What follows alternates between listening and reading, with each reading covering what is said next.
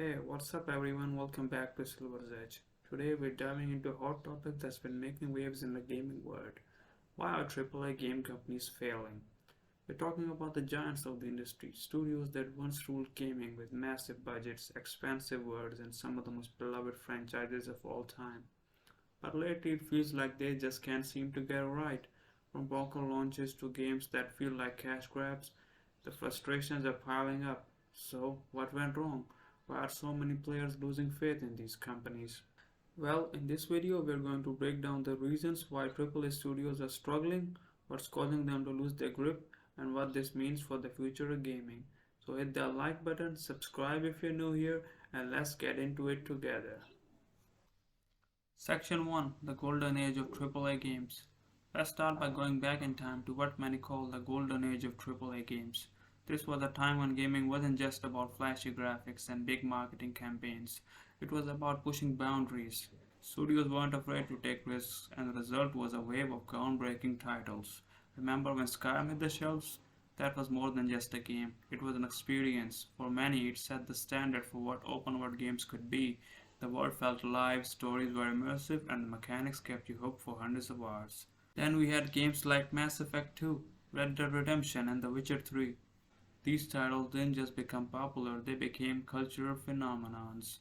The risks these studios took with storytelling, character development, and gameplay innovations made them legends. Players built trust with these studios.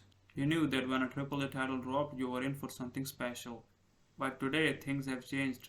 AAA titles aren't the guaranteed hits they once were. The question is, what happened? Well, let's dig into the major issues together. Section 2: The Broken Business Model. One of the biggest problems AAA companies face today is their focus on monetization over the actual gaming experience. Back in the day, you bought a game and that was it. Simple. Sure, you might get a DLC later on, but you weren't constantly asked to pull out your wallet. Fast forward to today, and we have got games designed around microtransactions, loot boxes, and battle passes. It's like games have become more about selling than playing. Take FIFA Ultimate Team for example. This game makes billions just from in-game purchases, encouraging players to spend real money on random packs that have only a slim chance of giving them the players they want. It's essentially gambling and it's become a core part of the experience. We see this across so many games now, even full-price AAA games like Call of Duty for example, where cosmetics, skins, and even in-game advantages are tied to real money transactions. And who can forget the infamous Star Wars Battlefront 2 disaster? Fans revolted after realizing EA had turned what could have been an amazing Star Wars experience into a blatant cash grab. The backlash was so severe that EA was forced to backtrack, but it's clear that for many AAA studios, profit has become a priority over player experience. AAA companies are chasing short-term financial gain with these microtransactions, but they're doing it at the cost of long-term trust with their players, and trust me, that's not something you want to lose. Section 3: Stagnation and Sequelitis. Next up is the issue of stagnation, or what I like to call sequelitis. AAA studios have fallen into the trap of playing it safe rather than experimenting or pushing the envelope. They're just churning out the same franchises year after year. But why? Because it's a guaranteed paycheck, that's why. Look at Call of Duty. How many versions of the game have we seen that feel almost identical? Sure, the graphics might improve, there are new maps, but the core experience is the same. The reason for this is simple. It's a safe bet. The fans will buy it because they know what to expect, but after a while, even the most loyal players start to get fatigued. Where's the innovation?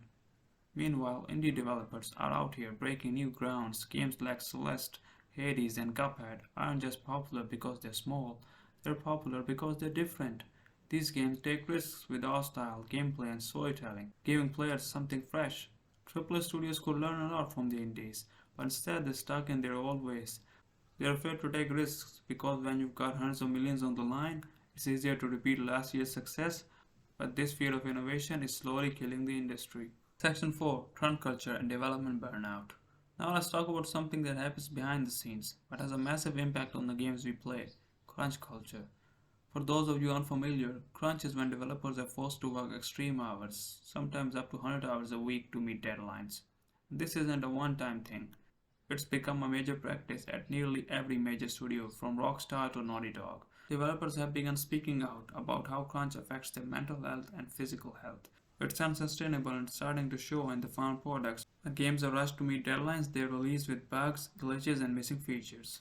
We all remember the launch of Cyberpunk 2077, right? Years of anticipation, but the game launched as a broken mess. I wonder why that is.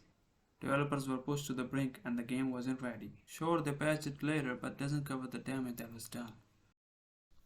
Section 5: The Rise of Indie and AA Studios. While AAA companies are stumbling, indie and AA studios are stepping up in a big way. These studios are delivering experiences that feel personal, creative, and most importantly, complete at launch. Look at Hellblade: Senua's Sacrifice. It had AAA level graphics and storytelling, but on a fraction of the budget. Or look at Among Us, which became a global phenomenon not because of fancy graphics, but because it was fun. These smaller studios understand something that AAA giants seem to have forgotten, that players care about gameplay, not flashy graphics. They care about experiences that are fun and engaging, not how many cosmetics they can buy. Here's the bottom line, guys. AAA companies are in trouble because they've lost sight of what matters most, the player experience. They are prioritizing profits over quality, sticking to safe formulas and burning out their team. But there's hope. As indie and AA studios rise, they're proving that you don't need a massive budget to create great games. But what do you think? Is there still hope for AAA games? Could they turn things around? Or are we seeing the beginning of the end for the big studios? Let me know your thoughts in the comments down below, and if you enjoyed this video, make sure to smash that like button, hit subscribe, and ring the bell so you never miss out another upload. Thanks for watching as always, guys, and I'll catch you later on the next one. Until then, stay silver.